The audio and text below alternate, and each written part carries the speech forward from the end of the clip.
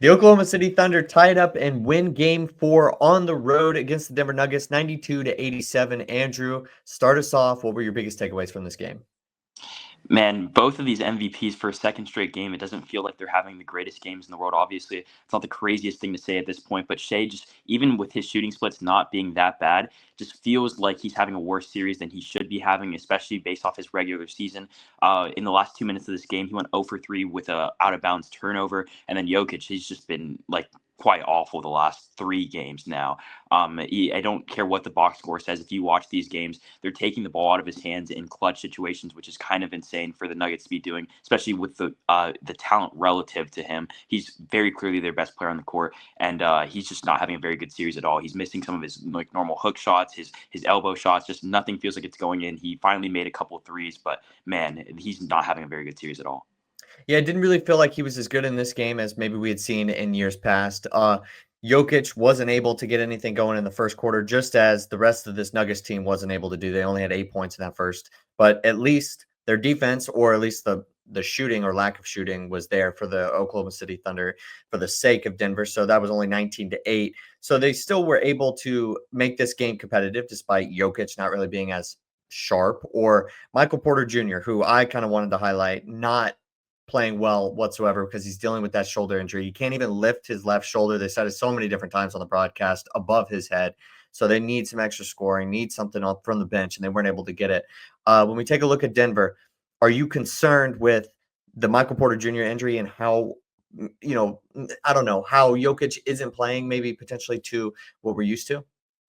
Yeah, I mean, given the fact that Michael Porter Jr. is injured, this is like a moment where you'd expect Jokic to step up, just given who he is. And it's been almost the complete opposite. Michael Porter Jr. had been playing well in the last 2 games before this, and it was one of the main reasons they were able to go out and win Game 3. And then obviously, like it's clearly bothering him. He has a very significant injury. He's playing with the wrap. He can't move, can't put his shoulder over his head or whatever they were saying on the broadcast. Like it's very clearly bothering him. And these are the moments where you need someone like Jokic to step up. And I don't know how long this like persists for, because like it's Jokic, like he's gonna have good games eventually, but man, like at points, like it feels like every shot that you just see Jokic make, he's just not making them, and like he still ended up with a double double and almost a 30-point double double, 27 and 13, but it felt like probably one of the least impactful 27 and 13 that Jokic has ever had. Yeah, and I know that he had 22 of those 27 points in the second and the third quarter. The third quarter was the best quarter for the Denver Nuggets, and obviously the second quarter they were kind of able to claw back into this game. But if you don't participate up to your full ability, if you are potentially the MVP of the league for the first and the fourth quarters, your team is going to struggle to win. Let's take a look at the Oklahoma City Thunder for this game too, because obviously you mentioned Shea hasn't really been playing as well. That's been a very common thing you could see on like different social medias and everything like that. But the divvying up of the scoring was really interesting in this game. They had 5 guys, including Shea, including Shea, in double figures, but Chet Holmgren only had 8. And, some of them had 10 and 11. So tell me a little bit about that. What did you think of their performance today?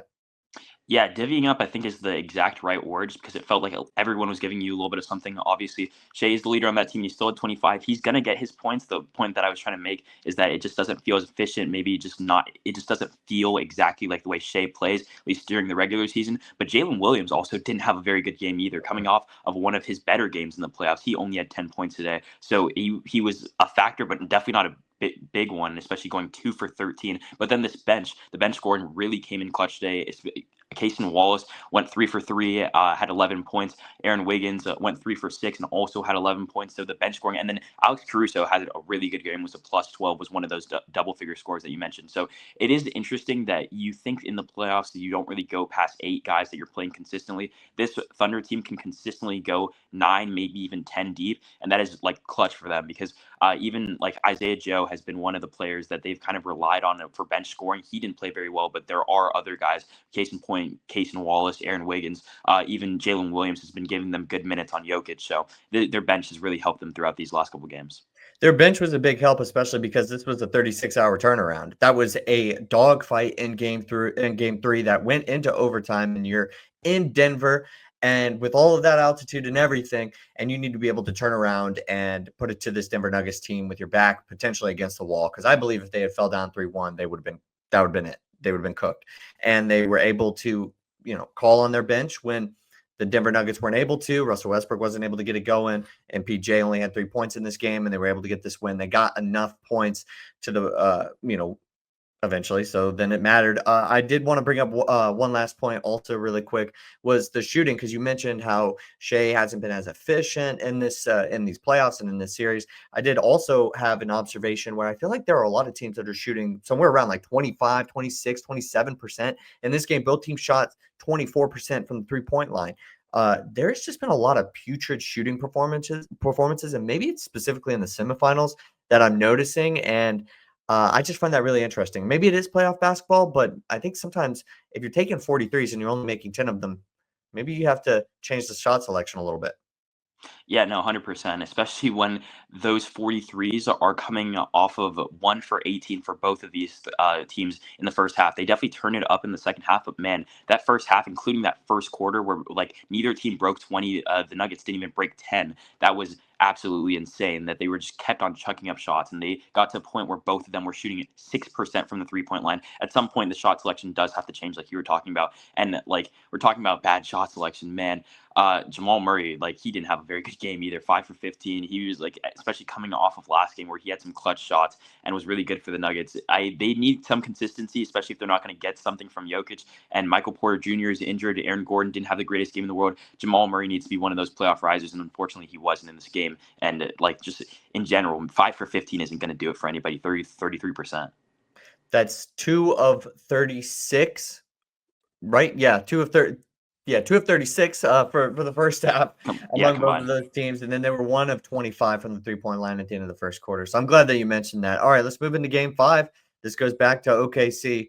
What's your lean? It's tough at this point because it feels like even though Jokic isn't playing very well, they are. It doesn't feel like they are in every one of these games. They have leads late into these games, so it's tough to make a lean. I think OKC at home behind their home crowd, they take Game 3. I think we're in for a 7-game series either way, though. No matter, I feel like whoever wins Game 5, the opposite team will win Game 6. So I'll go OKC, but it's not a heavy lean either way. Yeah, I feel the same way about this going 7 games. I'm really worried about this Michael Porter Jr. injury for the Denver Nuggets. I feel like if you take him out, if you take any of these players out that gets consistent minutes for the Denver Nuggets, they just become a different team that has a lot more weaknesses than before. I'm going to say OKC. I think that they've got it, and then I think that we'll see a vintage Jokic game or something in game 6, and then game 7, toss up coin flip.